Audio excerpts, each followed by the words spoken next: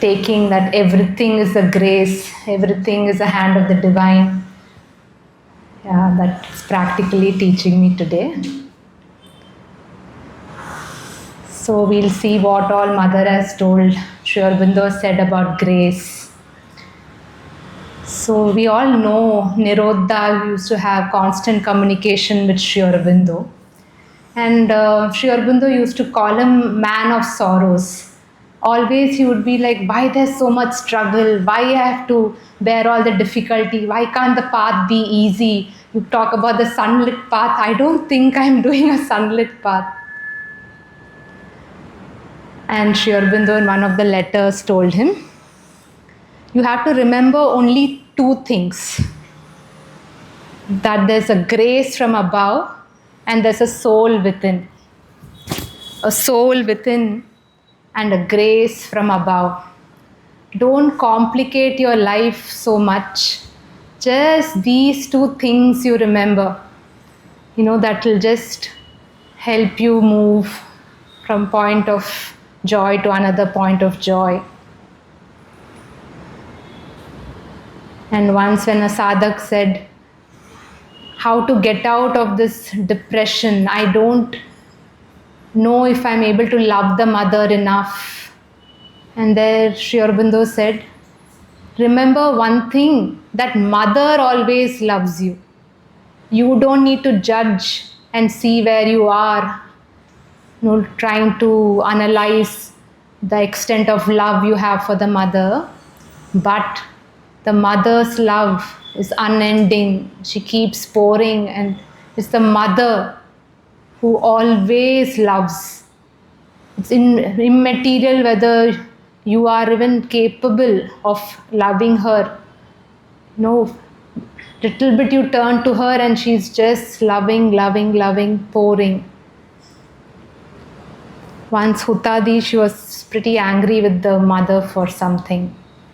And many of us, and even then when the pressure is so intense and the avatars are there walking in the soil, walking on earth, so the pressure is generally even more, and all the lower nature, the mud, the murk in ourselves will be coming out. We think, yes, ashram life is beautiful, all these people are accepted by the divine, it's also lovely, and we also want to have that fascination to just be in that environment. But it was not very easy. So once Huta was in a very fit of anger, she just threw the card, threw the flowers which mother gave her, and she walks back, crying back to her home. And mother's assistant, she runs behind Huta and she says, mother told me she doesn't know that how much she loves me, how much her soul loves me. This is all in the surface nature that she's acting. Mother doesn't need to care about every sadhak's sentiment, their emotional upheaval or anything like that, right? But she took special care of everybody. When I'm reading this book, Conversations with Huta and the Mother, and Huta would be saying, Mother, I don't know if I'm defined for this divine life. So show me some guidance, show me a direction. But mother would always cajole, protect her, go into meditations with her, hug her, just watch into her eyes, watch her deep soul, help her connect to that soul. And so many times she's experienced, that constant peace and love, that psychic touch. So yes, the grace, the divine grace is always there. And like Sri Aurobindo's symbol, we just have to remember that there's a call from within and there's an answer from above. The grace is always answering. Even in the Mother book, Sri Aurobindo describes the supreme grace will act in the conditions of the light and truth. It will not act in conditions laid upon it by the falsehood and the ignorance. For if it were to yield to the demands of the falsehood, it would defeat its own purpose. So we cannot lay our demands on the divine because we are operating in a very small level, small circle. in our own ego terms. But the divine grace is much wider. It knows. Recently, I was seeing this cartoon. So this little girl, she plants, puts a seed in the soil, and watches it grow. It becomes a big, nice, beautiful tree bearing fruits and all that. And then there's this heavy wind and storm and rain, and the tree falls, and this girl is very, very upset. She has taken so much care, a lot of love she's poured into the tree, and it has grown to this extent, and one day, just in a matter of a jiffy, it just went away. Then soon after, all the seeds, the fruits were scattered, and that became a forest. That's the grace of the divine. We see it only in our small miniature viewpoint. But the divine is building this beautiful forest, not only for you, but for so many other creatures to be in. And we all know how Aurobindo was a desert, and how it now flourishing as this beautiful green forest everywhere, and so beautiful, like harboring so many creatures in it. It's a cradle for the Superman, Mother says. Working on all our natures, perfecting the divine sculptors, perfecting all of us to be that Superman. And Sri Aurobindo is saying, the divine grace is ready to act at every moment, but it manifests as one grows out of the law of ignorance into the law of light. However miraculous often its intervention. Its intervention is miraculous, but as a help in that growth and a light that leads and eventually delivers. Divine grace acts at every moment according to the law of light. It is that miraculous intervention.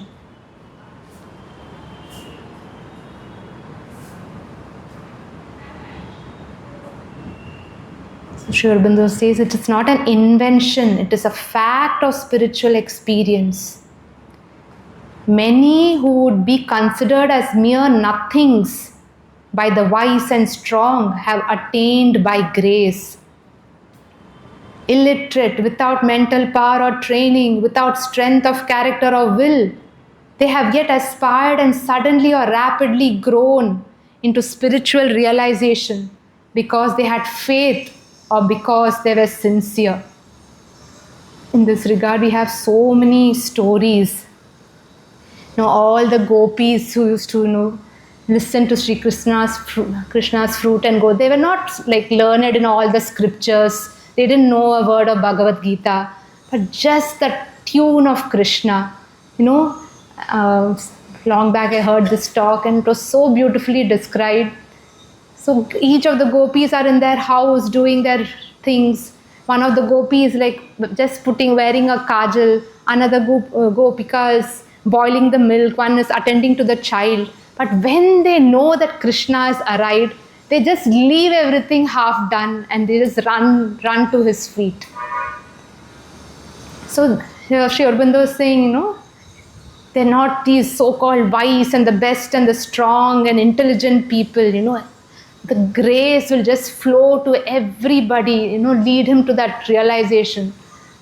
And Mother has said, like somebody asked her, what about, Beethoven? He must be in his next life an even more splendid musician because he's gone through that journey in music. Like Mother is saying, why is that necessary? Can he not be a shoemaker in the next life? We have that concept, right? He's developed so much, he will probably follow in this line. Maybe his soul wants more experiences in a very different direction. He would want to be born a king in one life, next life he'd want to be born like a subject or a pauper or a beggar or a shoemaker or whatever. It's that experience, the divine expressing himself in various forms, various faces, various bodies, like that. And we all know Valmiki in his previous birth, he was a hunter, he was a hooligan, Ratnakar. And would you ever imagine that person because we are so narrow-minded in our thinking, and only, we have to act by reason, by laws and logic and everything. The divine wouldn't act. He sees this, the soul's readiness, the soul being, wanting to accept the divine and wanting to fully embrace the divine.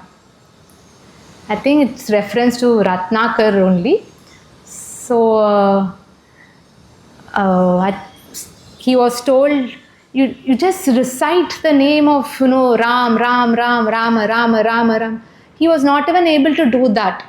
He would do the ulta. He would say, Mara, Mara, Mara, Mara, Mara, Mara, Mara, Mara, Mara. Seems also sounds, and you say it so many times, becomes Rama, Rama, Rama, Rama. So, yeah. And we all know like how mother gave so much attention to this one person who simply pointed her to Sri Aurobindo's house when she came to Pondicherry for the very first time. And she just walked into that street and she asked the passerby, where is Sri Aurobindo's house? All he did was just point his little finger, and that is his house. Since then, she looked after that person, gave him a special treatment, called him every now and then, made sure his materially is very happy and everything. So that divine would just pour his grace. He's not thinking like us. Even when all the big people, so-called, visited the ashram, I'm not too sure which place, Nepal, Singapore, like one of the heads of state there or something. And mother at that time, she's sitting with her child, teaching her some drawing or something like that. And somebody's telling the mother, this person has been waiting for a long time. He's such a big prime minister of that country or something like that. It's like, this little child has given her life to me. For me, that girl is more important than this person waiting. And she knows already that soul's journey, his readiness and everything else. And to some other people also, she's welcomed and she's seen, yes, this guy is in the right place, his soul is developing, he's receptive and all those things as well. Yeah, so the grace wouldn't see, these conditions, it will just give itself. And even we can recall the story of Sri Krishna when he was a little boy. Many of you would know the story. So Yashoda Ma, he's like, Krishna is doing his antics, his mischief. I think he put his leg on, that butter, and, he's walking all over the house with it. And Yashoda Ma is like very angry and just chasing him around the house. Finally, she catches him and she ties him to a tree in the backyard. There are 2 trees, she ties him there. And Krishna agreed to be tied to that tree. And actually, there is 2 beings there which were cursed in previous janmas, yugas or something. They were sons of Kubera, who was cursed by Narad, and their souls got attached to the tree. So it was said that when a divine being touches you with his grace, then you can come back into the human form or something to that extent. So it's not like a playful thing which Krishna is doing. For him, he knows maybe he has to liberate those 2 creatures over there, and he goes and just being there in the midst of the tree, these beings are liberated. That curse is complete to that extent. We all know the story of Aurobindo also, right? It was a barren land for like many, many, many years, decades long. It's a legend which says that one rishi of that time, he cursed the land. Basically, there was a dance or something going on in that village-like setup then. And that gungru, that one bead of that anklet fell down. And one of these rishis or something, a sage, a scholar-like person, somebody self-realized, sorry. So he went and picks it up. He does it very innocently. But somebody over there, they said, how can you stoop to that level? How can you even pick it up like that? And he got extremely angry. And these people with that spiritual powers, once they curse, that curse is like pretty dangerous. So he cursed that, okay, you have mocked me here. So this land will not have a single tree, be completely barren, deserted. Only when, so many people of different countries come together, then this land will flourish. So that's how we have Aurobindo now. So even the curse, so-called, at that point, it is like, oh my God, it's a big curse, and our life is all dry, and what is going to happen? Even when you can connect to our own personal life, we are going through something. But even that is a grace, for something beautiful. And Mother, like we just said, it's the cradle of the Superman, Aurobindo. It's a place of human unity. And Mother said, Aurobindo, the very fact of its existence, because the whole ideal is human unity towards progress, towards, accepting the new world, living in the new world, we will not have a World War III. There will be small wars here and there, nations, egos and everything else. But very fact it's established, there will not be a World War III, she told us. So grace would act miraculously. And when we know how people came to our ashram, how they were, how they turned as children of Mother Sri Aurobindo. Amalda once, he bought some shoes, when he was a youngster, and the wrapping of the shoe, the newspaper wrapping where the shoe was packed, there he saw Sri Aurobindo Satsang or something like that. That name caught like a big attention, that big draw to him. And then he explored, that one name, Sri Aurobindo's name. And the soul was ready. And that is, we all know Amalda, what is sincere, beautiful, how he was at the service of Mother and Sri Aurobindo. So beautiful. And even MP Panditji, his father was a lawyer, a very famous lawyer. And he was in his father's office. And he was maybe trying to understand his work and all these things. And he just randomly picked up one big law book, and he randomly opened a page, and he opens the same page of the Alipur bomb case. And that again caught his attention. And that is like the starting point. Okay, who is this Sri Aurobindo? Sri Aurobindo is like revealing himself to us. And on a very personal level, like one of our darshan days here, many years ago, 5-6 years back maybe. So one person, he tagged along in the car with us, and with me and Swati Di, we were there, and we asked him, so how did you come to Sri Aurobindo? Then he said he was at a friend's place or something, and he saw that invitation poem of Sri Aurobindo at his desk or something like that. I was just wondering, it's such a sweet thing, like, Sri Aurobindo is opening the path. Hey, come, I'm inviting you, like that. He reads that invitation poem. Since then, he's under their fold, like that. So I'll read a few lines of Savitri.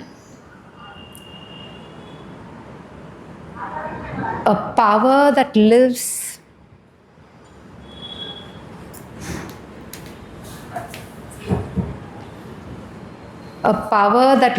upon the heights must act, bring into life's closed room the immortal's air, and fill the finite with the infinite.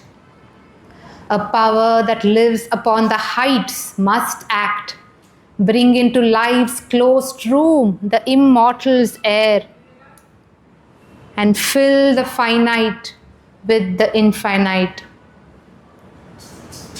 All that denies must be torn out and slain, and crushed the many longings for whose sake we lose the one for whom our lives were made. So this grace is ready to act always. All we need to do is crush all the small longings, all the cravings.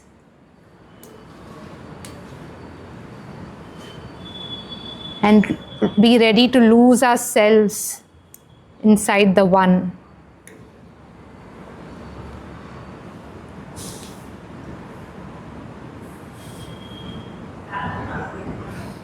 Question from a sadhak.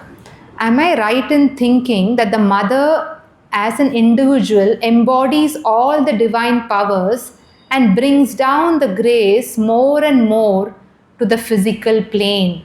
Yes, Sri Aurobindo says yes. Mother embodies all the divine powers and brings down the grace more and more to the physical plane. Yes.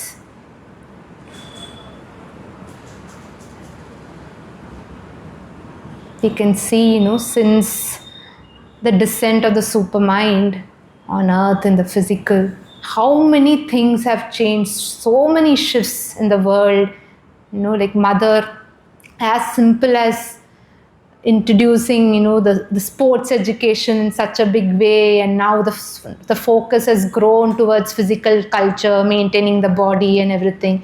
Even then, when it came to a very small thing as women wearing shorts because that is comfortable to do sports in, who would ever think in the 40s and 50s? But mother radicalized that. So many things she's doing, small to big, and her grace is acting so much. And another very beautiful question, it can relate to all of us. By what punya of ours has the grace granted to us, mere humans, this rare privilege of coming here at the divine's feet? What punya have we done that we mere humans, we have this rare privilege to come to the divine's feet? Sri Aurobindo says, it is the call of your soul that brought you here. Also, some aspiration or connection with the mother and myself in past lives. It is the call of your soul that brought you here. And also some aspiration or connection with the mother and myself in past lives. So all of us have had connection with Mother and Sri Aurobindo in our past lives. That's why we are here. And Mother said that Sri Aurobindo, he's come in so many forms, so many bodies to carry on the evolution. So we were all associated with him, with the Mother. She also holding so many forms. Since the earth was created, I've never left it, Mother has said.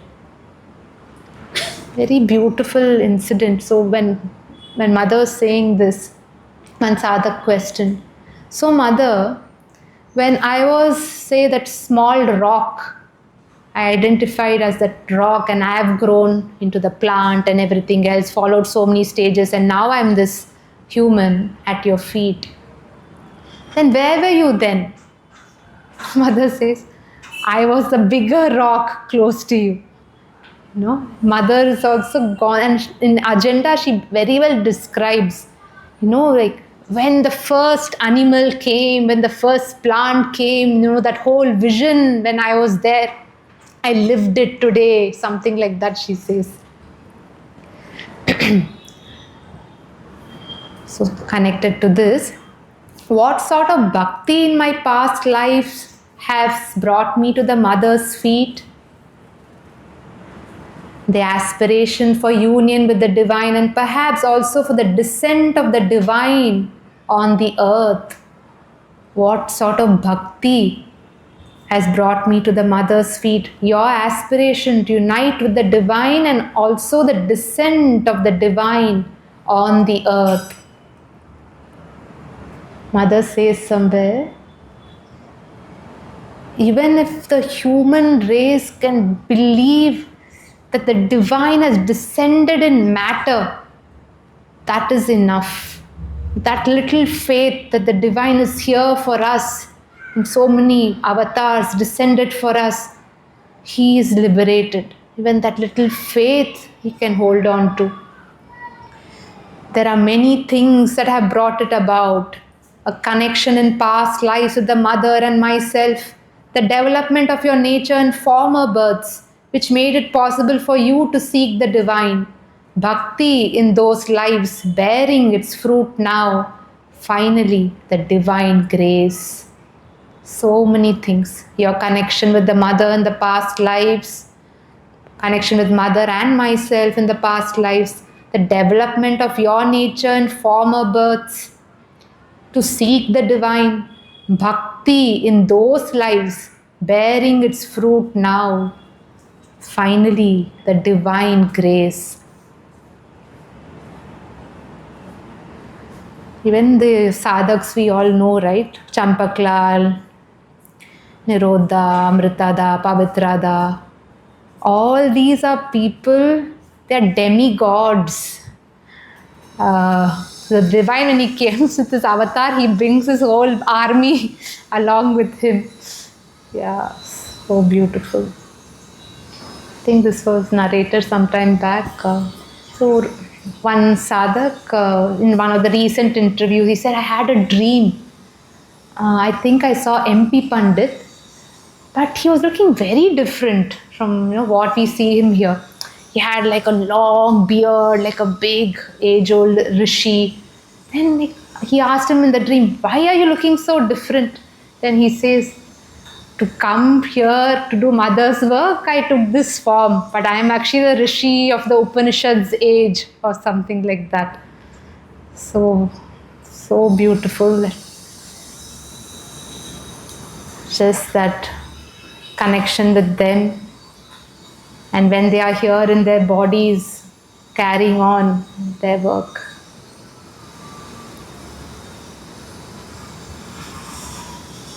So some lines from Savitri on the mother. Someone came, infinite and absolute, a being of wisdom, power and delight. Even as a mother draws her child to her arms, took to her breast nature and world and soul. Even as a mother draws her child to her arms, took to her breast nature and world and soul.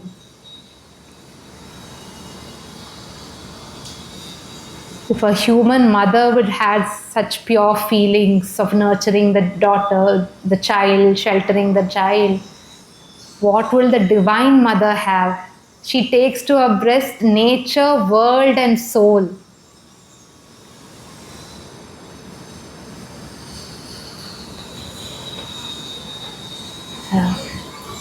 And Sri Aurobindo says, I have repeatedly spoken of the divine grace. I have referred many number of times to this line of the Gita.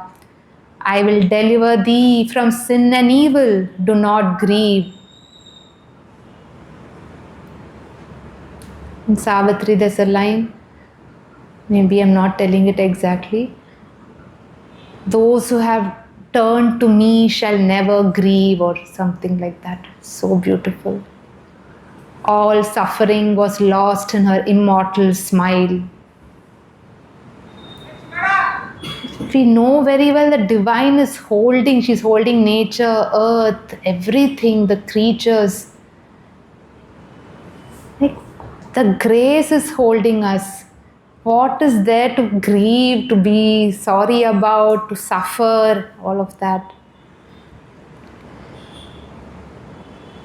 Again, Sri Aurobindo talks about the fitness of grace. Are you fit? Will it come? How will it come? All that. Here he refers to Krishna and the gopis.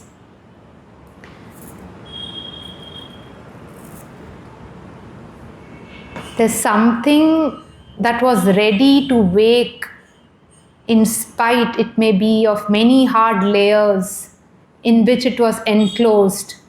Maybe something visible to Krishna and not to us. Mother Sri Aurobindo, Krishna knows it. Something that is inside us which is ready. But we are covered with many layers, but we don't accept that. It was there perhaps long before the flute began to play. He was busy melting the hard layers so that the heart in its leap might not be pressed back by them when the awakening notes came. It was there long before the flute began to play. He was busy melting the hard layers. He was busy melting the hard layers so that a heart in its leap might not be pressed back by them when the awakening notes came. The gopis heard and rushed out into the forest. The others did not. Or did they think it was only some rustic music or some rude cowherd lover fluting to his sweetheart? Not a call that learned and cultured or virtuous ears could recognize as the call of the divine. So Sri Krishna is breaking those hard layers so that we can listen to that divine music. If he suddenly gives us that divine music, we may be taken aback, shocked. We will not know what's going on. So he's preparing the divine descent. When it comes, he can't take it. Arjuna couldn't take the Vishwarup Darshan. He was like, please, please come back to your form. Come back to the form of friend you have been with me all the time. So we think, where is the divine? I'm calling my aspiration. In that so much of feverish aspiration we call, and we are wondering, I want to be physically, see him, be near him, feel his touch. But Sri Aurobindo somewhere says, it's like for the air to tell itself, I am there, does it mean every time there should be this gusty wind, one heavy wind? Air is there, divine is there. He shouldn't just always, be in that full magnificence. Always he cannot show us that avatar roop, right? The Vishwarup thing, darshan. We cannot take it. Mother says the divine love comes on earth will crumble. For you, that divine love, you will think it's very cold. But the earth is not ready for that pure divine love to pour. Because again, that love doesn't act as per the egoistic nature and everything, fulfill whatever you want and all, because it has a bigger, wider vision for all of us. So from our side, what can we do so that this grace can flow freely and we don't obstruct it from our side? So Sri Aurobindo has clearly told us those three things: aspiration, rejection and surrender. If these three things are done, the rest is to come by itself by the grace of the mother. Aspiration, rejection, surrender. If these things are done, rest will come by the grace of the mother and the working of her force in you. But of the three, the most important is surrender, of which the first necessary form is trust, confidence, patience in difficulty.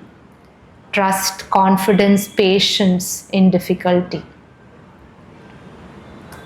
More we think the divine is veiled, the more he's acting in us.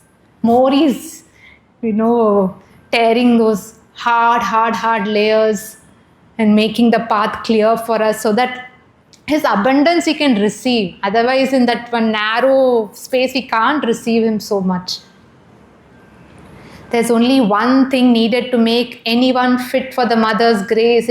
It's to be it is a perfect sincerity and a truthful openness to the mother in all the being. Perfect sincerity and truthful openness to the mother in all the being. So just be open. Somewhere down we will read. It'll say, ask. If you want aspiration, ask for aspiration. Want the grace, call. Like how a little child would call mama for everything. Call her, tell her. Tell her I'm having these lower movements so that she can work on it. And mother says, when you write to me, child, when somebody asked her, you are the divine mother, you know my feelings, you know what I'm going through. Why should I write every detail to you? Like, I know everything, but I want you to know how much you know what is going on inside you. So when we write, open, tell her freely, articulate everything, every situation, offer everything. So we can make the movement of her grace more smoother in us. The principal thing in this yoga is to trust the divine grace at every step, to direct the thought continually to the divine and to offer oneself till the being opens and the mother's force can be felt working in the Adhara. Continually taking the, holding the divine grace at every step. I remember, I think I've told it some time back. This is Anandamayi Ma, you would have heard of. So she would keep calling the mother, she would keep calling the divine, and if she miss it, say she's walking from point A to point B, from one room to another room, and she realizes now she's not conscious, now she's not calling. She'll go back, retrace her steps, start again, and making that act conscious, calling, ma, trusting her in everything. Recently I heard in one of the talks, so a group of people, they're planning to do an event in Russia with the devotees in Russia and all, Aurobindo and few others. So and in the airport, the Russian authorities, they're questioning them, and and they don't know English, and these people can't communicate. And this Orissa Sadhak, he doesn't know English also. And they were there with that interrogation for some time, 10 minutes. Then with people waiting outside, like, what's going on? How are they handling? Will they not be part of the trip? And will it all be cancelled and everything? Then they all came, smiling faces, it's all clear and all. Then Aurobindo asked this person, what happened? What did you do? Both of you don't know the language. What really transpired? He went on asking questions in Russian. But somehow, they felt our papers were okay or something. But in the process, I was calling. My only work is call ma. He was going on calling, and she cleared. And again he was telling, it was not his calling ma that get me out of this trouble. That is his nature, to just call her every time. If she doesn't want me to do this also, it's her grace, her will. Like that, to that extent he is surrendered. It's like, ma, I'm in this situation. We call in that frustration, when you're really in that fix so ardently. And also Gita described the 3 types of prayers. One in that earth, and you're so much desperation. If somebody dying, you want them to come back to life. With that desperation, you'll call. And then the Jignasu or something, he'll call just for the divine knowledge and things like that, right? So he was in that state of, I'll call, my duty is to call. Because once I call, you are surrendering to her will, right? Whatever happens is her will. Only when half-heartedly and all you call, and you call towards one decision, one direction, only then it affects you so much if it's not your way. Yeah, so like I was telling earlier, she says, call like a simple child, call like a little child. When it runs to the mother, it will say, Mama, give me this. So with that simplicity, you turn to grace and ask her, give me this. I believe it listens. Unless one asks for something that is not good for one, then it does not listen. If one asks from it something that does harm or it's not favorable, it does not listen. Then she also says, perhaps we are also destined to call. Even that call which goes out of us, we are destined to even call, she's saying. Then she's saying one thing is so important is faith. You call, but there's no faith. You're just mechanically calling. But with that call, there should be that faith. Yes, the divine is doing, he is guiding, he is, shaping me to that perfect vessel. And she says there's always a tiny corner in the thought which doubts and debates. So that spoils everything. It is only just when one is in an absolutely critical situation, when the mind realizes that it can do nothing, absolutely nothing, when it stands there quiet, stupid and incapable, then at that moment, if one aspires for higher help, the aspiration has exactly that kind of intensity which comes from despair and that takes effect. Yeah, this is the call of that desperation, that intensity you call more with higher intensity, the grace responds even. The grace response, Mother would say later, Sri Aurobindo would say, to that extent it will change the karma. It will wash away the karma. It's like how butter melts in that divine sun, like that. Once Champaklal ji, he asked Sri Aurobindo, your clothes are here, your dhoti is here, shall I wash it? Sri Aurobindo said, do you really want to wash it? Can you wash it? He can say, come on, wash it and give me. He's a compassionate gentleman, all loving everything. Then he washes. Then Sri Aurobindo tells you, you know what you have done? Through this act, I have washed away your karma. Like that, so many situations, even in our own lives, maybe we are drifting in one path, just Mother pulling us out, putting there, some kind of karma she's cleared for us. And what is karma? Like Mother Sri Aurobindo would say that it is all these ego equations, right? Somebody borrowed from you this much money, next janma he'll give you that same money. Sometimes it feels ridiculous. It's the tie of ego nature. But even then, because all of us are still not ready to get out of that, and we do these calculations and everything. It's like, yes, I can wash that. If you're destined to go this way, and suddenly a turn will come, like we saw some of the examples, to just take you in that divine direction. And Mother has that beautiful diagram, right? Like many lives you go through, without knowing the divine, the ordinary way, you still come to the divine. Zigzag, zigzag, zigzag. Point A to point B, zigzag lines. And then she draws from this point to that point, straight line to the divine. Through yoga, and Sri Aurobindo says it's like accelerated evolution. If you do the way the nature is doing. And Mother was saying, nature, would you collaborate with me? Then when the material nature, to that extent, she's like, why collaboration? I will do my work for millions of years. Who are you have suddenly come and you're urging me to collaborate? Or what is this new world and everything? But then Mother made it understand. And in ashram, she used to actually see, today transformation tree has told me it's going to give 2,300 flowers.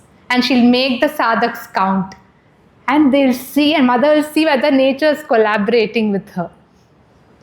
So now nature is also in the grip, but still it'll take its own winding path to reach her, but we have the Mother to go straight to her.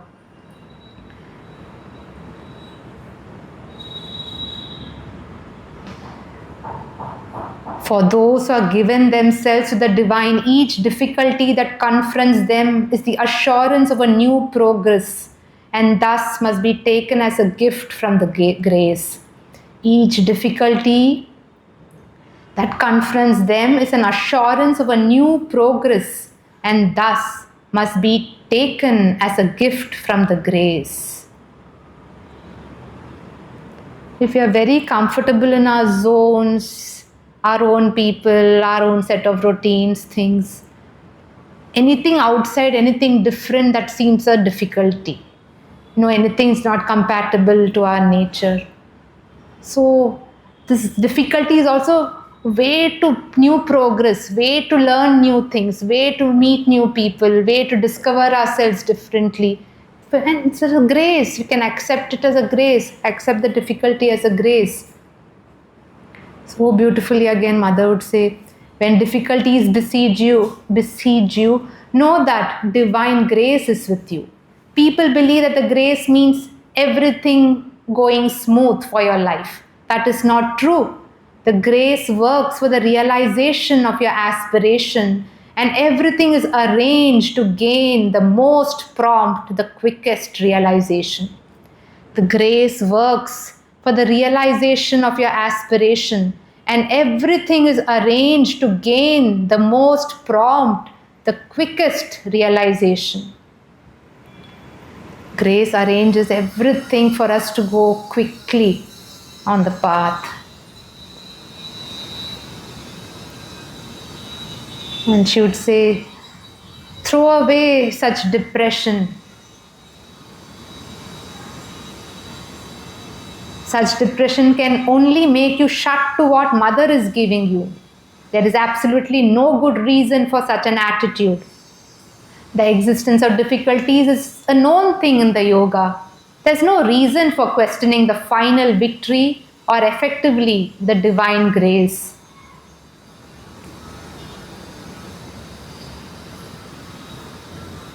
The more you feel or trapped in depression, the more you're not allowing the Mother's light to work. We have to bring that immortal air, we just read, right? Immortal air into our rooms. Make the infinite work in the finite, like that. And I'm going to read extremely beautiful lines from Savitri. A lot of assurance and hope. We feel, yes, we can't see the Mother. Where is she? What is she doing? Am I in the right place? Or whatever. Sri Aurobindo tells us. Yet a spiritual secret aid is there. Yet, whatever you're going through, there's an assurance. The spiritual secret aid is there. Alive in a dead, rotating universe, we whirl not here upon a casual globe, abandoned to a task beyond our force. We whirl not here upon this casual globe, abandoned to our task beyond our force. Even through the tangled anarchy called fate, and through the bitterness of death and fall, an outstretched hand is felt upon our lives. Whatever tasks we are given that force also from the divine. Even it seems a tangled way through fate and everything else, death, fall, birth, whatever it is, the outstretched hand of the divine is felt upon our lives. Can you believe outstretched is just not to an extent, casually stretching. He's making that effort to reach you and stretch and, put himself to you. And Sri Aurobindo says somewhere, Teri Nalanida, how much I've stooped myself to them, still they are not able to feel me. Still they are not able to change their nature. The divine outstretching himself. I will not even say hand. The full divine is like coming to you. The avatar's whole work is that. To become like you, look like you, and tell you, come walk with me. So much trouble they take for us. It is near us in unnumbered bodies and births. In its unshaken grasp, it keeps for us safe. This is just not for one life. In unnumbered bodies and births, this hand is there guiding us. In its unshaken grasp, it keeps for us safe. That grasp of the divine, that shelter of the divine, whatever storm, whatever the outer climate is, goes so strongly holding you.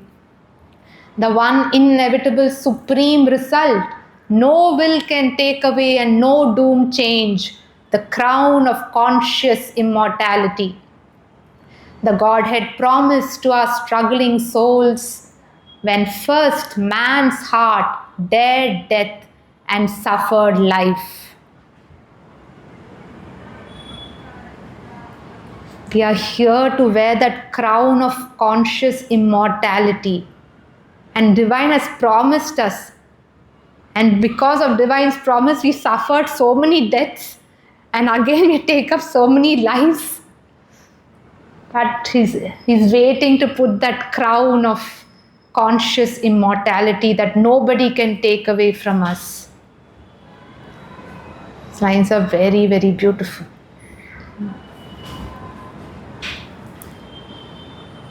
Mother says, I have also said that the grace can at any moment act suddenly, but over that one has no control because it comes by an incalculable will which sees things that the mind cannot see. It comes from an incalculable will which sees things that the mind cannot see. It is precisely the reason why one should never despair. That, and also because no sincere aspiration to the divine can fail in the end. No sincere aspiration to the divine can fail in the end. No matter what happens, the divine grace is there watching over him. One may keep this faith all one's life and always. No matter what happens, the divine grace is there watching over him. One may keep his faith all one's life and always. And with this one can pass through all dangers, all difficulties, and nothing stirs. For you have the faith and the divine grace is with you.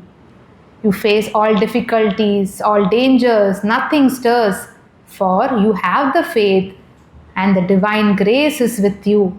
It is an infinitely stronger, more conscious, more lasting force which does not depend upon the conditions of your physical build, does not depend upon anything except the divine grace alone. And hence it leans on the truth and nothing can shake it. It doesn't depend on your physical build.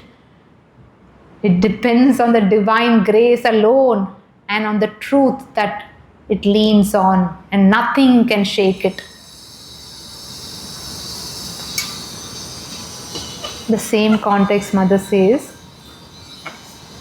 So when everything is going smoothly, her body is going well, all conditions are good, day-to-day life is manageable, beautiful, then we don't think about the grace. We are not filled with gratitude.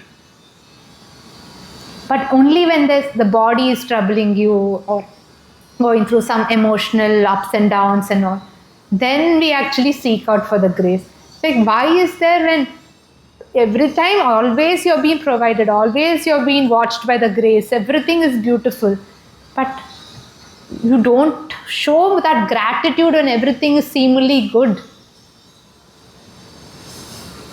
But only when, some accidents or something out of the routine or something not comfortable has happened, that's when we are filling ourselves with gratitude. We call, and when the grace answers, we have gratitude. Even there, Mother has helped so much. She's helping always. And Mother was very particular that then now we have to do it, that we have to tell her, you're going this journey, I'm taking this train, this is my seat number, this is my coach number, everything. So that into the details, Mother is protecting you. And once Udarda was in a train and there was a derailment, some of the coaches came off the track and all. And Mother said, I knew you were in that train, but I didn't know which coach, which compartment I had to change. I had to save the whole train. So because of that one person's aspiration, one person's connection with the Mother, it has changed the fate of other passengers. The grace for everybody else. And this I repeat quite often. There's a sadhak by name Nishikantoda. He was in a very, very frail health, intellectually highly brilliant, and used to write beautiful poems. He lived in Shantiniketan under Rabindranath Tagore ji, and if you had just been there, you would have been like the best poets, in Bengali and everything else. And he turned to the Mother. He came to Mother and Aurobindo. But his health, his body was not supporting him. He used to have n number of illnesses and all. But still his love of life, the joy of life, he had sugar and everything, but he loved to eat 10 rasgullas in a shot, and he never listened, never cared about the body. And one day was so bad, not able to move, it's a lot of complications. It was around Darshan day, I think, November 24th Darshan. Then he said to his friends, take me to the mother, take me in the stretcher. And mother also agreed, okay. He goes to the mother. Then he points to the mother. Such a bad state is just happening through actions, eye contact. The mother, put your feet on my heart.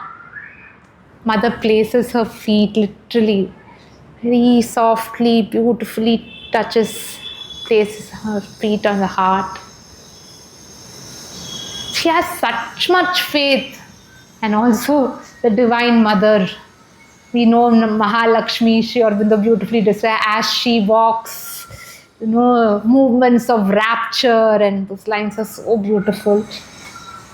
So much of bliss and joy, like as the mother walks, the earth is in that joy, the atoms are dancing, the earth remembers that contact. That's why when you sit around the samadhi and all, we feel of such a tremendous vibration, right? The divine moves there, divine is there. All the cells of Mother Sri Aurobindo's body are supramentalized. It's there. And after this episode, Nishikanta Da lived for 12 to 15 more years. Like a nice, full-fledged, beautiful life. So yeah, that faith. And when we call her, she'll just change. At the head she stands of birth and toil and fate. We have that beautiful line in Savitri. She is at the head of fate, the creation. Ask her. She will just change everything for you.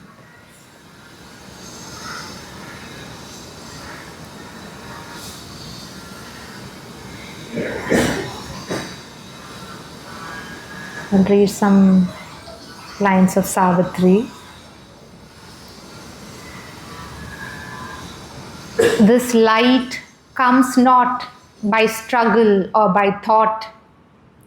In the mind's silence, the transcendent acts, and the hushed heart hears the unuttered word. This light comes not by struggle or by thought.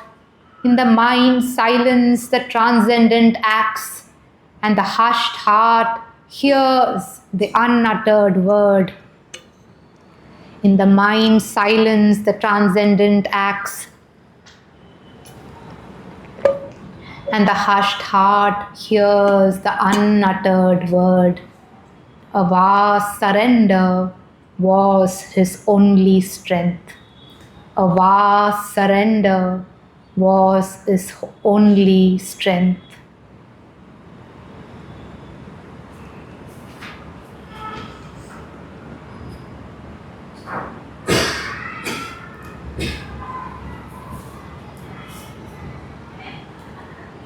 One more place, Mother has said, no human will can finally prevail against the Divine's will.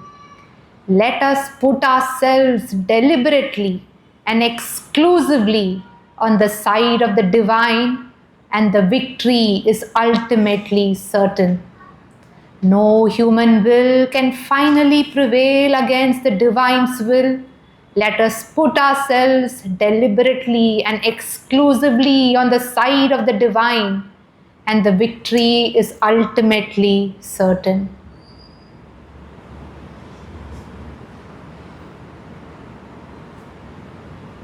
So the Pandavas took the side of Krishna, and we know what happened. We'll stay in silence for some time.